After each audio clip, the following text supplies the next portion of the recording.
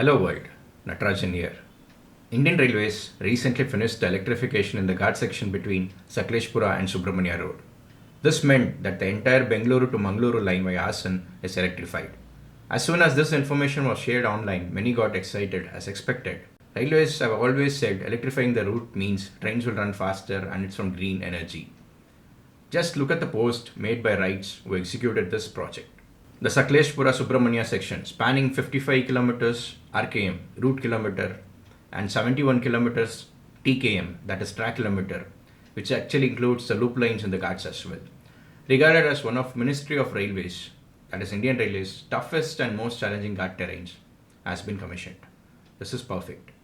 Now, more than an engineering feat, it transforms a daunting Ghat stretch into a green, high-speed corridor, enabling Vande Bharat operations, efficient freight movement, and zero-emission rail travel across the Western Ghats.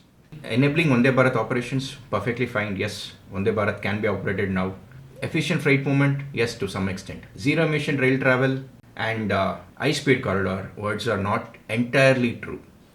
Now first, let's come to zero-emission part. Most of the energy needed to power our electric trains are still obtained from burning fossil fuels.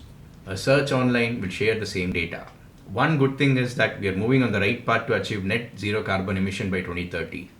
What is happening right now is that we are burning more coal to produce electricity for our electric locomotives instead of burning diesels for our diesel locomotives. One point which I want to add is that diesel locomotives which we have is diesel electric locomotives. The locomotive has a generator which produces electricity by burning diesel to power the traction motors. The reason I'm saying this point is that most of us Indians think diesel locomotives like a car engine, but it's not. Only once we achieve our goal of zero carbon emission, we can say our railways has green line. Until then, this point is not 100% true.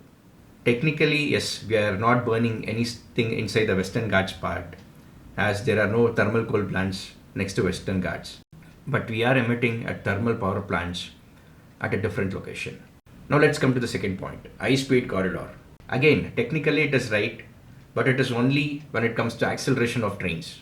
Electric locomotives and electric train sets are faster in acceleration compared to the diesel counterparts. But there are a lot of various factors involved to determine the maximum speed a train achieves in a section. This particular section is in the Ghats, wherein train has just 55 kilometers to descend from 906 meter to 114 meter mean sea level. I'm pretty sure people who have traveled in this section know that the trains here hardly touch 30 kilometers maximum speed due to the gradient and sharp curve. How can this be a high-speed corridor? Actually, the overhead equipment which has been designed in the Ghat section is capable of handling 120 kilometers per hour.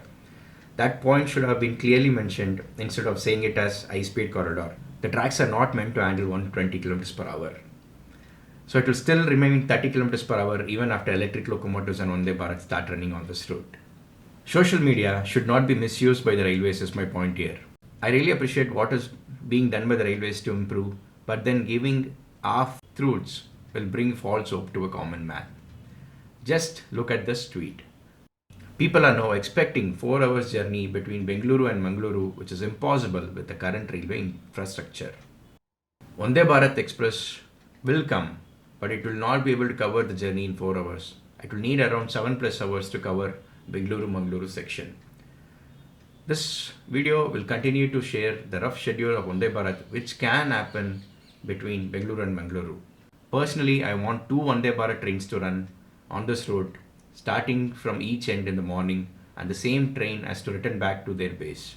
Hopefully, Palakkad division doesn't come in the way, and I hope that the new Vande Bharat will start and terminate at Mangaluru Central.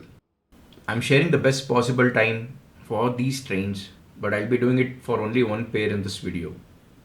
The timings will be similar to the other direction as well.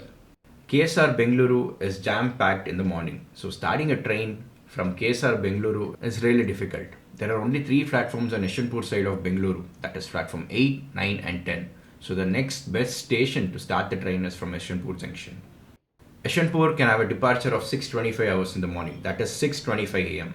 The Vande Bharat ray can be shunted to platform 6 by 6 after the incoming Karnataka Sampark Kranti, which generally arrives by 5:30 hours, is moved out to the yard.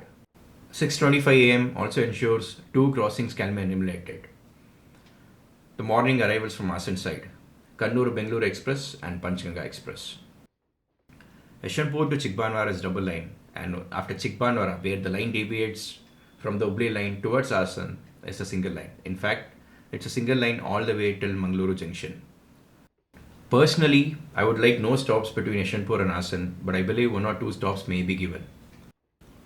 Yeshwanthpur to Asan has a maximum section speed of 110 km per hour. The total distance is 174 km, so I would give it a runtime of 2 hours 13 minutes. The average speed will be around 78 km per hour. There will be one crossing for Asan Yeshwanthpur Intercity Express. The current fastest train on this route, Panchganga Express, with 2 stops for the same section, is given 2 hours 21 minutes, which clearly indicates 2 hours 13 minutes will not be a problem for the Vande Bharat Express. So the Asan arrival time will be 8 hours 38 minutes, and it can have a departure of 8 hours 40 minutes after a 2-minute schedule halt. From Asan to Sakleshpura, from what I remember, the maximum section speed is 80 km per hour, but there are multiple caution orders on the way, so a continuous fast run is not possible. Considering these factors, 42 km section can be given a runtime of 38 to 40 minutes. Panchganga Express is given 40 minutes as well. Sakleshpura may not be given a commercial stop, but the train has to halt for brake test, so this station will be a technical halt, so the time will be 9:20 hours. The train now has to negotiate the Ghat section. The advantage of Vande Bharat is that it does not require breaker locomotives to go down the Ghat section. This eliminates around 20 minutes compared to the loco train, which has to wait for the breaker locomotives to attach at Sakleshpura and detach at Subramania Road. The Ghat section has a speed limit of 30 km per hour with lots of 20 km speed restriction en route. This 55 km section will definitely need 2 hours 30 to 40 minutes. The Vande Bharat is expected to do brake tests, that is technical halts, at all the crossing stations in the Ghats. Subramania Road stop has to be given considering the demand for Kukke Subramania temple. There will be crossing on the Ghat section for 3 days of a week, considering a day off for Vande Bharat. Vande Bharat trains generally runs 6 days a week, and 1 day is given for its maintenance. The crossing trains in the Ghats are the one which runs between Mangaluru and Yeshwanthpur. So Subramania Road will be reached in the afternoon, 12 hours arrival and departure of 12 hours after 3 minutes halt. Subramania Road to Mangaluru section also has a maximum section speed of 80 km per hour. So this final stretch with the slack can be done in 1 hour 40 minutes, 87 kilometers with an average speed of 52, and in case the train runs to Mangaluru Central, another 10 minutes has to be added to the runtime. There will be crossing on 3 days of the week with the Karwar-Yeshwanthpur day train. So Mangaluru Central arrival time can be 13 hours 55 minutes. So the total journey duration will be 7 hours 30 minutes for 363 kilometers. The average speed will come to be around 48 kilometers per hour. This will be one of the slowest Vande Bharat Express in the country, but this is the best that can be achieved in this route. Southeastern Railway can be a bit aggressive and reduce the duration by max 30 minutes, which will give it average speed of 51 kilometers per hour. But personally, I have zero hopes on that. In the return direction, the train can actually perform better. The train can start from Mangaluru Central at 15 hours, that is 3 pm, can cover Mangaluru to Subramania Road stretch of 92 kilometers in 1 hour 23 minutes with an average speed of 67. Maximum speed on this stretch is 80 kilometers per hour. There will be crossing with Bengaluru day train on each day. Subramania Road timings can be 16:23 hours arrival and 16:25 hours departure. No bankers are needed for Vande Bharat Express, and the advantage while going up the Ghat is that the train need not halt anywhere for brake test. This clearly means the train can eliminate another 15 minutes in the Ghat section. Also, the train can skip Sakleshpura station as well. So the total duration I've allocated from Subramania Road to Asan is 3 hours. Asan arrival time can be 19:23 hours and departure can be 19:25 hours. Average speed for this run will be 32 km per hour.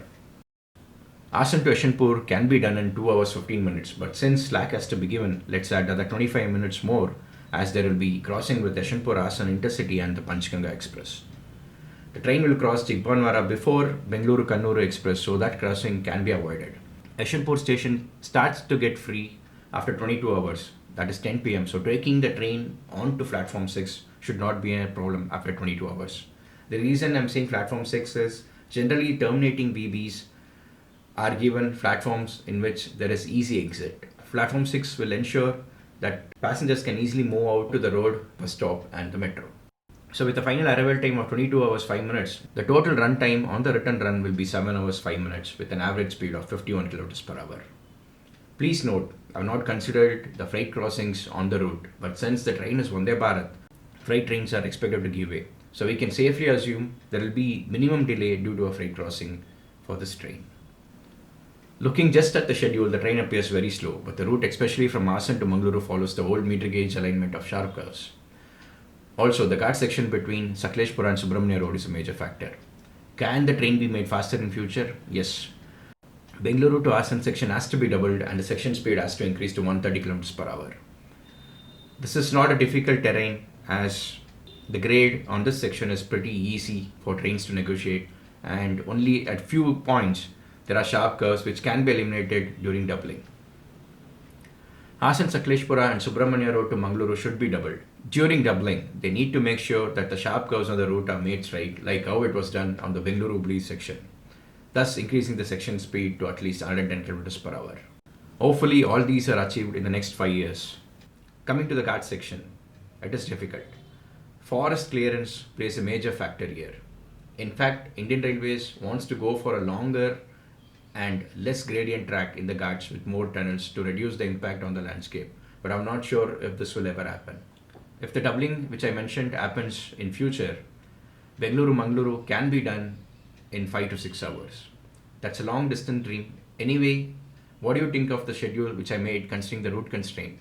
Do let me know in the comment section below. If you found the video informative, do drop a like and share. And if you're new to the channel, do subscribe. See you soon.